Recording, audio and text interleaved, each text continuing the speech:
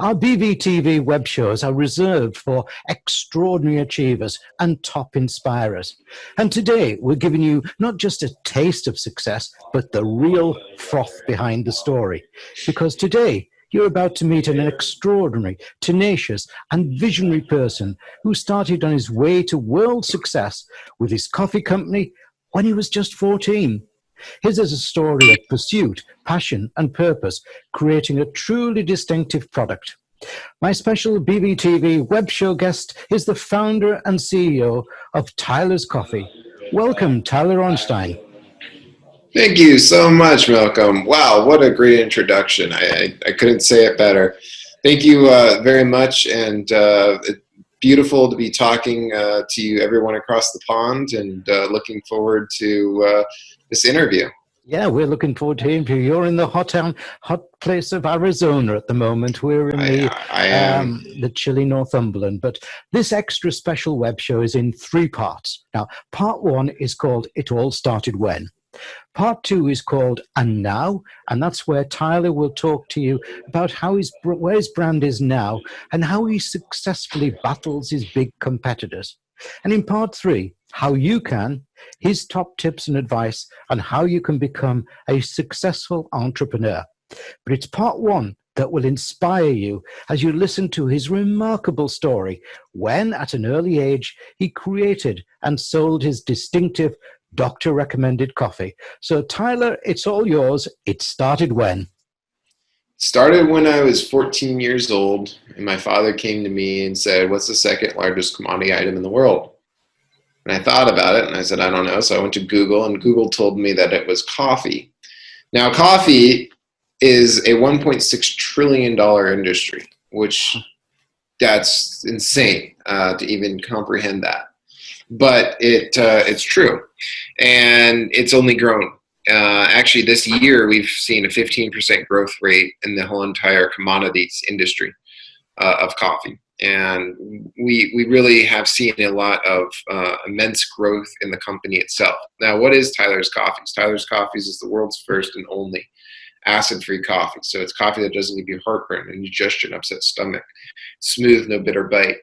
And so anyway, at 14 years old, I got these silver packs and I started going door to door. And when I went door to door on my bicycle, I just gave people packs of coffee and said, "Can I have a name and number to call you back and see what you think?" Because I wanted to see a test market. And I'll never forget this old lady. She was very sweet to me. And I called her and she said, "Well, that was some of the best coffee I've ever had. Where do I get it?" And I thought about it. I was like, "Well, for me." And she goes, "Okay, well, how much is it?" And I was like, $1. And it was really just that light bulb experience, that light bulb moment that, hey, we're here. This is happening. It is a true and honest idea and a product that's going to become a success. Wow, now, 14, that's incredible. Yeah. Well, thank you. And so then 16, I got online, and at 16 and a half, I got my first retail store. We're now in 1,000 stores across the country, in the U.S., not in the U.K., but we do have presence in the U.K. through Amazon. And so after that, I just built the company for every single day, more and more and more. And so when I go and speak before COVID, and I'd come off stage, and people would crowd me and say, "My God, what an amazing story!" And I'd say, "Thank you." And people would be like, "I have this idea." And the first thing I would tell them is, "Let me ask you a question." And I say, "Yeah, does it help?" "Well, what do you mean?" "Does it help?" See, people don't understand that the way they get rich is by helping others. Because once you can monetize that, then you can become very wealthy. So if you can help a problem to a solution of an industry, then you'll become extraordinarily wealthy. And that is what I've been toting for the longest time, or trying to teach people for the longest time what that really represents. That's brilliant. And it's such a simple approach, isn't it? It is. Simple. Yeah. Okay. Thanks, Tyler. That was brilliant, as I say, inspiring. But it's now that also interests us. It's a competitive world out there. And as you say, no more so than in the huge world of coffee. I'm guessing you've had some battles to win to be where you are now, Tyler. Every day. Every day. Yeah, every day we at Tyler's Coffees, we have a different battle that we're going to win. Now, it used to be, well, you know, packaging, or it used to be, but it doesn't matter. Whenever you come to work, you have a different battle that you have to win. And that's what I tell people in the entrepreneurial spirit. If you want to do the entrepreneurial thing, if you want to be an entrepreneur, you have to give up everything. You have to give up everything. And you have to focus on that. You can't serve two masters. No, I quite agree there, yeah.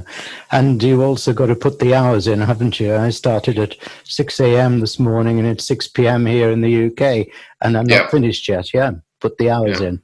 Yeah.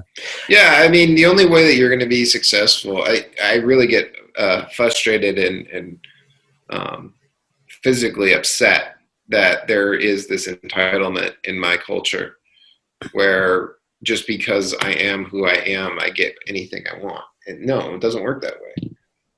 And it should never work that way, because that's the basis of communism. And communism always works on paper, but never in real life. So I think people should work.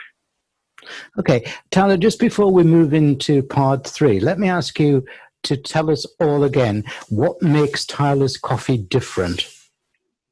So what makes Tyler's Coffees different is we don't bloom the tannic and lipid acids in the roasting process. By not blooming the tannic acids in the roasting process, we're able to yield a neutral pH. What that means is that people that suffer from Crohn's, colitis, overactive bladder, interstitial cystitis, leaky gut, heartburn of any sort, ulcers, ulcer colitis, they can't drink coffee anymore. It hurts themselves. Like, it really, really hurts, and it's very painful. And so that's actually how it became fruition. Is my father's he's a chemist, and he's also an inventor, and he figured out all this thing. But before that, the doc said, "I'm sorry, you can't drink coffee anymore." And he said, "No, that's not an option." And he said, "Well, you have ulcers, and it's going to really inflame your ulcers." And so he figured out an idea of how it became able to consume without having any reverse side effects. And now doctors, I mean, we saw a post on Facebook the other day where a OBGYN doctor has endorsed our product and tells pretty much their patients, hey, you need to drink Tyler's Coffees while you're pregnant because it's a trifecta. It's Swiss water, so there's no methane chloride or methane glycol, no chemical process. 2, it's organic, USDA certified. And 3, it's acid free. And so that's why our decaf sells really, really well in the pregnancy market. Excellent. And that clearly also demonstrates your theory of help. You know, you're helping somebody. Yeah, exactly. Yeah. Actually, I'm having a cup of coffee right now. Quite right, yes. Okay, let's move into part 3. Now, I trust everybody that's viewing this would like to get some top tips and advice from you on how you or they can achieve Tyler success. So get ready for some stimulating insight. Over to you, Tyler, on how you can. Work. That's it. Honestly, people have used such an amazing amount of vocabulary, and it all only boils down to one thing: work. Yeah. And work, here's the thing: work smart, not hard. And what I mean by that is always hire your weaknesses, never your strengths. But if you're going to start your company, you got to be a one-man band. I remember packaging my coffee, taking a phone call for more coffee, and being on my computer responding to emails all at the same time. And it was a one-handed paper hanger kind of thing. And I have to say it's just, now I've got people, I've got systems, I've got operations, but it all boils down to one thing: work. If you're not going to work for it, you're never going to get it. It's never going to become a fruition.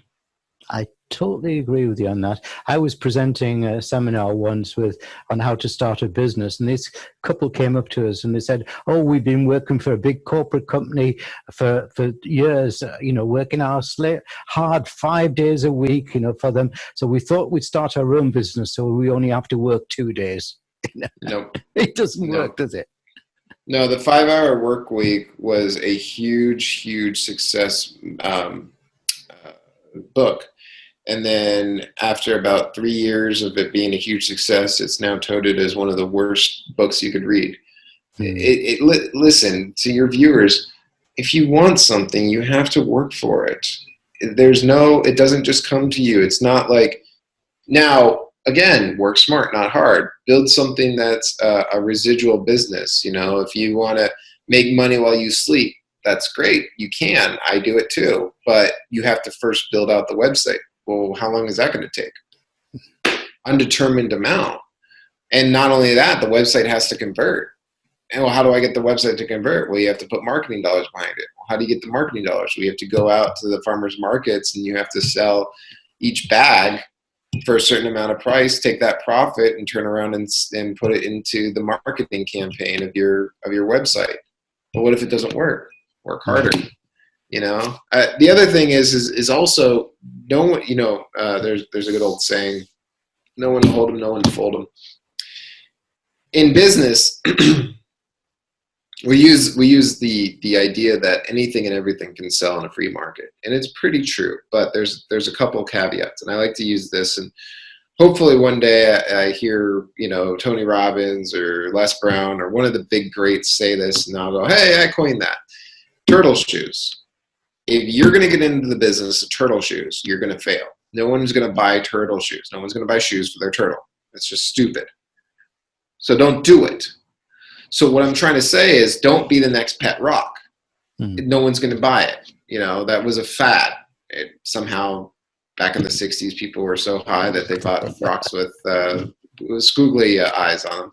The point is you got to build something for the masses, and it's got to be a very good and quality product that helps.